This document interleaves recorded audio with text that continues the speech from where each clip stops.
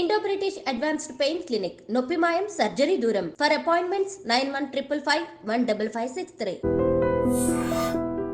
అల్లు అర్హ బుజ్జి బుజ్జి మాటలతో బుడిబుడి అడుగులతో చిన్న వయసులోనే సోషల్ మీడియాలో చాలా పాపులర్ అయిపోయింది. అట్టజని కాంచ భూమిసురు డంబర చుంబిర సరసజ్జరి పట్టలము.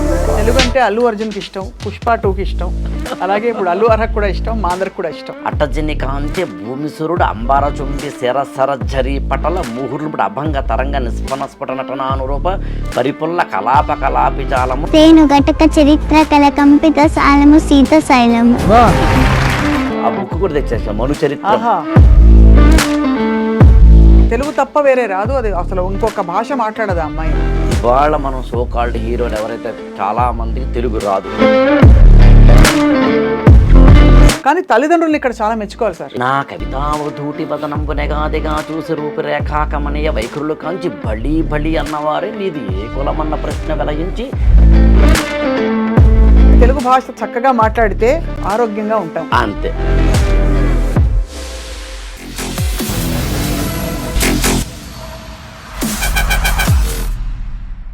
Hello and welcome to this candid conversation. Allu Arha బుజ్జి బుజ్జి మాటలతో బుడిబుడి అడుగులతో చిన్న వయసులోనే సోషల్ మీడియాలో చాలా పాపులర్ అయిపోయింది.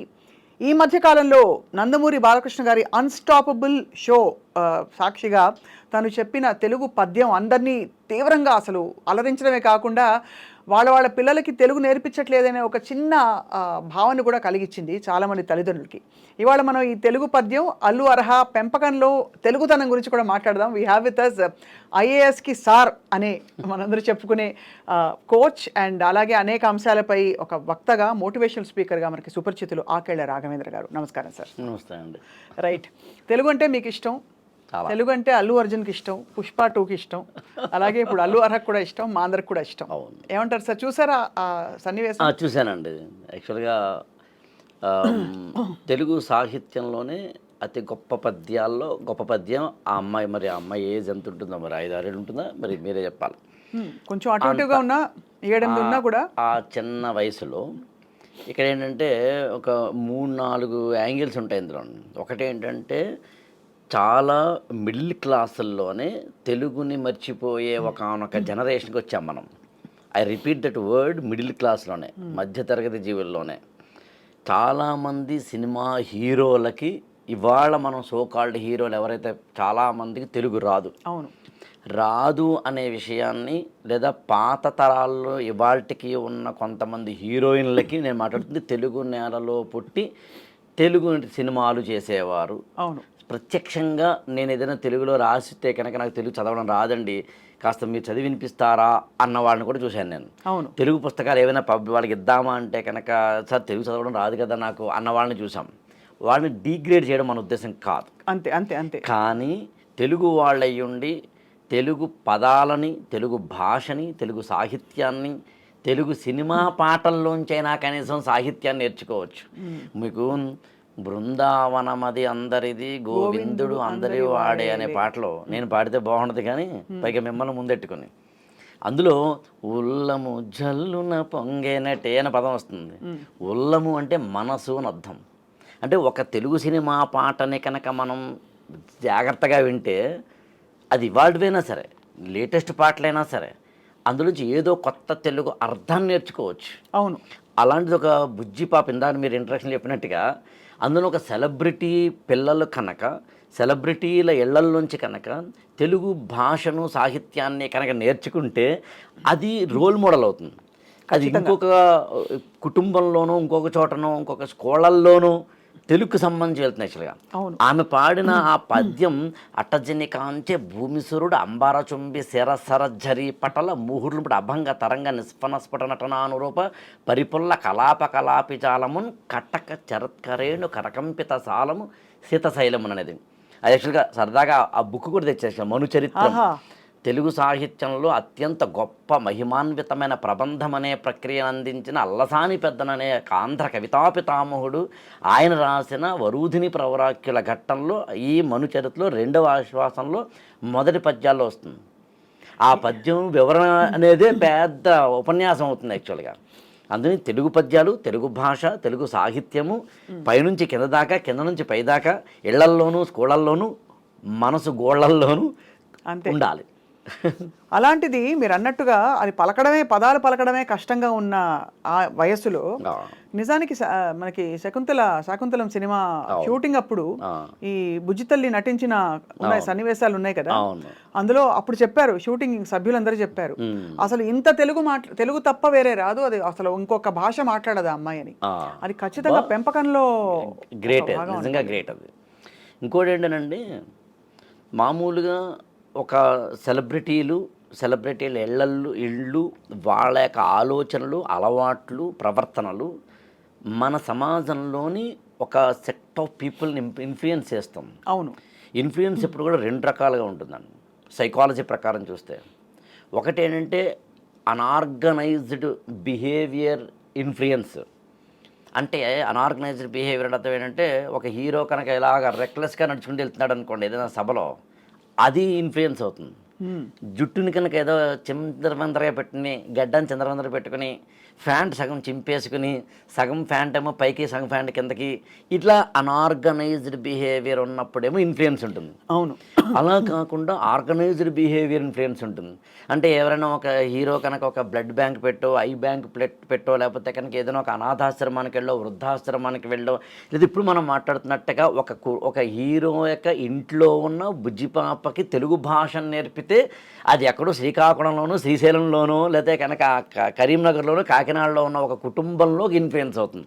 అవును, మీరు నేను చెప్పిన ఒక పద్యం కన్నా కరెక్ట్. మనం తెలుగు పద్యాలు ఎన్నైనా మృగమద సౌరభ విభవ ద్విగుణిత ఘనసార సాంద్ర వీటి గంధస్థగిత పరిమళమై మగువ పొలుపు తెలుపు నొక్క మారుతం వలసని చెప్పి ఇదే కవి ఇందులో రాస్తాడు. యాక్చువల్గా ఇలా మనం 100 పద్యాలు చెప్పొచ్చు. ఇన్ని 100 పద్యాలు మనం చెప్పినా ఇన్ఫ్లుయెన్స్ అనేది తక్కువ ఉంటుంది. అవును, ఉండదని కాదు. అదే అందుకంటే ఈ వేదిక ద్వారా మనం ఏం చెప్పచ్చు అంటే, సినిమా హీరోలు కావచ్చు, ఇన్ఫ్లుయెన్సర్స్ కావచ్చు, ఎవరినైతే మనం సమాజంలో అంటున్నామో వాళ్ళు అప్పుడప్పుడు వీలైతే తమ కుటుంబాల ద్వారానో, తమ ద్వారానో, మరో ద్వారానో కనుక ఇక్కడ తెలుగు భాషనే కాదు, ఏదో ఒక ఆర్గనైజ్డ్ బిహేవియర్ ప్యాటర్న్కి సంబంధించిన ఇన్ఫ్లుయెన్స్ ఇస్తే కనుక టాల్కట్ పర్సన్స్ లాంటి సోషల్ చెప్తారన్నమాట. అంటే ఏంటి, సమాజానికి ఎలాంటి ఇవ్వాలి అని. అవును, మార్గరెట్ మీడ్ లాంటి వాళ్ళు, రూత్ బెనిడిక్ట్ అని ఒక ఆవిడ ఉంటారు ఆంథ్రోపాలజీలో, ఆవిడ క్రిసాంతిమం అండ్ ద స్వాడ్ అని బుక్ రాస్తారు. యాక్చువల్గా అంటే చిన్న పిల్లల్ని పెంచే క్రమంలో జపనీస్ వాళ్ళు ఎలా పెంచుతారు, అమెరికన్స్ ఎలా పెంచుతారు అని, అలా ఇండియన్స్ ఎలా పెంచుతారని కూడా మనకు చాలా పుస్తకాలు ఉన్నాయి యాక్చువల్గా. సో ఇవన్నీ ఆ కోణంలో వస్తాయి. మీరు అన్నట్టు ఇక్కడ అంటే ఒక స్టార్ కిడ్ అని ఒక పెద్ద స్టార్ కూతురు చేయడం వల్ల, ఈ పద్యం చెప్పడం వల్ల ఇటువంటివి అందరికీ చాలా ఒక స్ఫూర్తిగా నిలుస్తాయి. కానీ తల్లిదండ్రులను ఇక్కడ చాలా మెచ్చుకోవాలి సార్. ఎగ్జాక్ట్లీ. ఎందుకంటే మనకి ఇప్పుడు మీరు అన్నట్టు సెలబ్రిటీల ఇళ్లల్లో తెలుగు మాట్లాడరని కాదు, కానీ కొంచెం ఇంత తెలుగు మాట్లాడడం అరుదు. అవును, అవును. అంటే ఒక భాషకి పోషణ ఉంటే గానీ ఇంత తెలుగు రాదు. అవును, ఎగ్జాక్ట్. సో డెఫినెట్గా ఏంటండి, ఒక కాల్చిన ఇనుము మీద కనుక నీటి చుక్క పడితే పెనం మీద ఆ నీటి బిందువు ఆవిరైపోతుంది. అదే నీటి బిందువు తామరాకు మీద పడితేనేమో ముత్యంలా ప్రకాశిస్తుంది. అదే నీటి బిందువుని తీసుకెళ్ళి ముత్యపు చెప్పలో కనుక వేస్తే ముత్యమే అవుతుంది. సో అదే నీటి బిందువు ఏ రూపాన్ని సంతరించుకుంటుంది అనేది వాతావరణాన్ని బట్టి ఉంటుంది. అందులో ఇంటి వాతావరణంలో కనుక తెలుగు భాష, తెలుగు సాహిత్యము, తెలుగు సౌరభాలు ఉంటే ఆటోమేటిక్గా పిల్లలకు కూడా అది అందుతుంది. ఆబ్వియస్గా జరిగేది. ఈ విషయంలో ఖచ్చితంగా స్పెసిఫిక్గా అల్లు అర్జున్ గారు వాళ్ళ కుటుంబాన్ని మనం ఏమంటామంటే ఎప్రిషియేట్ అని ఇంగ్లీష్లోను, ప్రశంసించక తప్పదు అని సంస్కృతంలోను, అభినందించక తప్పదు అనేది తత్సమంలోనూ అనక తప్పదు. అదే ఇంకా పుష్ప భాషలో తగ్గేదేలే అనక తప్పదు.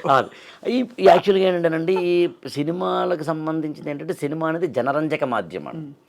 జనరంజక మాధ్యమం అంటే అర్థం ఏంటంటే సామాన్య జనాన్ని రంజింపచేయాలి. సామాన్య జనాన్ని రంజింపచేసే క్రమంలో భాగంగా ఎప్పుడూ కూడా ఒక చిన్న ఎమోషనల్ కనెక్టివిటీ కోసం చేసే చిన్న ఉంటాయి. అది ఈవెన్ భాషా సాహిత్యాల్లోనూ కూడా ఉంటాయండి. ఇప్పుడు సారమతిం కవీంద్రులు ప్రసన్న కథా కలితార్థయుక్తిలో నారసి మేలున ఇతరులు అక్షర రమ్యతనాదరింప నానా రుచిరార్థ సూక్తినిది నన్నయభట్టు తెనుంగునన్ మహాభారత సంహిత రచన బంధురుడయ్య జగతిదము అని అంటాడు. నా భాష, నా సాహిత్యం, నా మహాభారతం 3 కోణాల్లో చూడండి అంటాడు. ఒకటేమో కాస్త ఇంటెలిజెంట్గా ఆలోచించే వాళ్ళకేమో లోపల ఏవో కొన్ని ఈక్వేషన్స్ పెడతానో చూసుకోండి, లేదు సూక్తులు కావాలా అవి ఇస్తాను. ఈ రెండూ కాదు, మాకు ఇవేం తెలియదు సార్, వింటే చాలు, అక్షరరమ్యత అంటారు దాన్ని. చాలా పద్యాలు ఇప్పుడు విన్నానమ్మా విన్నానెన్నో విన్నాను, నా విన్నవి కన్నవి విన్నవించగా మాటలకై నే వెతుకాడకపోతే ఛందస్సుల సర్పపుష్పంగం వదిలి శ్మశానాల వంటి నిఘంటువుల దాటి వ్యాకరణాల సంఖ్యలు తెంచుకుని వడివడిగా వెలువడినై పరుగుడినై నా ఎదనడిగినాయి అంటారు శ్రీశ్రీ. నిజంగా అర్థం కాకపోవచ్చు, కానీ వినాలనే కోరిక అవుతుంది. అది దినక్కుత్త కసక్కుతారా అనే పాటలో కూడా కలుగుతుంది. అవును. ఎండ్ పాయింట్ ఏంటంటే ఏదైనా కానీ అక్షరరమ్యత, వినసొంపుగా అనిపించడం అనేది. అది ఎలాగో ప్రస్తావన వచ్చింది కాబట్టి మనం ఇది అంటే తల్లిదండ్రులు ఇప్పుడు ఇవాళ మొదలు పెట్టాలంటే భాష మనం కూడా పిల్లలకి ఇలా నేర్పిద్దామని ఎక్కడ మొదలు పెట్టచ్చు అనే ప్రశ్నకి సమాధానం చెప్పేలోపు ఈ తగ్గేదేలే అనే మాండలికం ఎలా వచ్చింది? తగ్గేదేలే లాంటి మాండలిక మామూలుగా ఆ సినిమా అయితే కానీ రాయలసీమ మాండలికంలోంచి వచ్చింది. అవును. మాండలికాలు మామూలుగా మనం నిత్య జీవితంలో చెప్పేదాన్ని యాసలు అంటాం. యాసలు వేరైన భాష ఒక్కటే అని డాక్టర్ సి నారాయణ రెడ్డి గారు చెప్పినట్టుగా యాసలు కూడా చాలా గొప్పగా ఉంటాయి. శ్రీకాకుళం అయినా, నెల్లూరు యాస అయినా, లేకపోతే కనుక ఈ యాసలు అనేవి సినిమా మాధ్యమం ద్వారా మాండలిక రూపంలో మనకు కనిపిస్తాయి. ఆ సినిమాని క్రియేట్ చేసేటప్పుడు సుకుమార్ గారు ఇంకొకరు వాళ్ళు ఆ క్యారెక్టరైజేషన్ బట్టి సామాన్య జనం కూర్చుని ఉన్నప్పుడు వాళ్ళు కనెక్ట్ అయ్యేందుకు అందులో ఒక చిన్న రసరమ్యతని ఏర్పరుస్తూ ఉంటాం. అవును, అది ఊతపదం అయిపోయింది, ఊతపదం అయిపోతుంది. అలాంటిది యాక్చువల్గా మీకు సాహసం చేయరాడింబక అలాంటి మనకి ఎప్పుడు అత్యంత మనకు ఉన్న సినిమాలు పాతాళ భైరవి లాంటి వాటి మొదలుకొని వాటి వరకు ఏదో ఒకటి వస్తూ ఉంటుంది యాక్చువల్గా. అవును. సో ఏదో సినిమా అలా ఈవెన్ ఆ మాటకు వస్తే రఫాడిస్తా ఈవెన్ సాహిత్యంలో కూడా ఉంటాయండి అలాగా. అచట పుట్టిన చిగురు కొమ్మైన చేవ అంటాడు యాక్చువల్గా మా అల్లసాని పెద్దన. అది తెలుగు సాహిత్యంలో చాలా ఫేమస్ స్టేట్మెంట్ అవుతుంది. అందులో అటు తిరిగి సినిమా అనేదేమో ఒక సామాన్య మానవుణ్ణి ఆనంద డోలికల్లోకి తీసుకెళ్లేందుకు, సాహిత్యానికి కూడా అదే ఉందండి. అదే మరణం నా చివరి చరణం కాదు అంటాడండి అలిశెట్టి ప్రభాకరన్ కవిత అండి. పిడికిట ఆత్మగౌరవం కోసం అంటాడండి కలేకూరి ప్రసాద్ అనే కవి.